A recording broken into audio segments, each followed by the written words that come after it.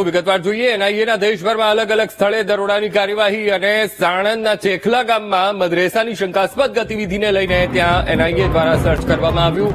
આદિલ નામના વ્યક્તિની તપાસ શરૂ કરાઈ છે અને આતંકી સંગઠન જૈશે મોહમ્મદ સાથે સંકળાયેલો હોવાની પણ માહિતી મળી રહી છે। આદિલ સાણંદમાં વેપારી છે અને મદરેસામાં કામ કરે છે।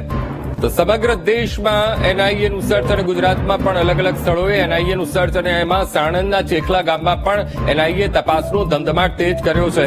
તો ચેખલા ગામમાં આદિલ નામના વેપારીની તપાસ કરવામાં આવી રહી છે, કારણ કે એવી માહિતી છે કે જૈશે મોહમ્મદ સાથે આ આદિલ નામનો શખ્સ એ સંકળાયેલો છે।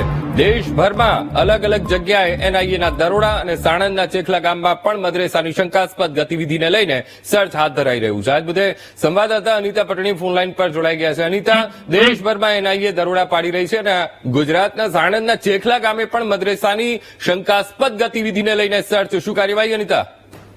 જી અંકુર, જે પ્રકારે એનઆઈએ દ્વારા 19 જેટલા સ્થળો ઉપર અત્યારે સર્ચ ઓપરેશન હાથ ધરવામાં આવ્યું છે, તેમાં 5 રાજ્યોમાં પણ સર્ચ કરવામાં આવી રહ્યું છે।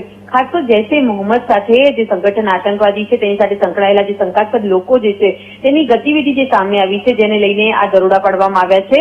ખાસ કરીને ગુજરાતમાં પણ એનઆઈએની ટીમ જુદા જુદા સ્થળે સર્ચ કરી રહી છે, જેમાં અમદાવાદના સાણંદ ખાતે જે ચેખલા ગામ આવેલું છે જેમાં એક મદરેસામાં જે આતંકી પ્રવૃત્તિને લઈને કેટલીક ગતિવિધિની માહિતી જે એનઆઈએને મળી હતી, આ ગતિવિધિને લઈને જે એક આદિલ વેપારી નામનો એક શખ્સ જે છે તે પોતે ત્યાં મદરેસામાં ભણાવે છે અને આ પ્રકારની પ્રવૃત્તિ કરતો હોવાની માહિતીને લઈને ગ્રામ્ય પોલીસ અને એનઆઈએ ને સાથે રાખીને આ જે ચેખલા ગામ છે ત્યાં સર્ચ કરવામાં આવ્યું હતું। સર્ચ દરમિયાન કેટલીક શંકાસ્પદ વસ્તુ આજે આદિલ પાસેથી મળી છે, તેની એનઆઈએ દ્વારા પૂછપરછ પણ કરવામાં આવી રહી છે, કારણ કે આદિલ સાથે અન્ય કેટલા સભ્યો આ જૈશે મોહમ્મદ સંગઠન સાથે સંકળાયેલા છે કે નહીં તેની તપાસ કરવામાં આવી રહી છે। જૈશે મોહમ્મદ સંગઠન સાથે આજે આદિલ જે તેનો સભ્ય હોવાનું પણ ખુલાસો થયો છે। સૌથી મહત્વની બાબત એ સામે આવી છે કે અગાઉ 2 મહિના પહેલા જ્યારે એનઆઈએ દ્વારા જુદા જુદા રાજ્યો, જેમાં ઉત્તર પ્રદેશ, જમ્મુ કાશ્મીર, દિલ્હી, આસામ સહિતના જે રાજ્યો છે ત્યાં સર્ચ કરી હતી, એ દરમિયાન એક અયુબ નામના એક યુવકની ધરપકડ કરવામાં આવી હતી।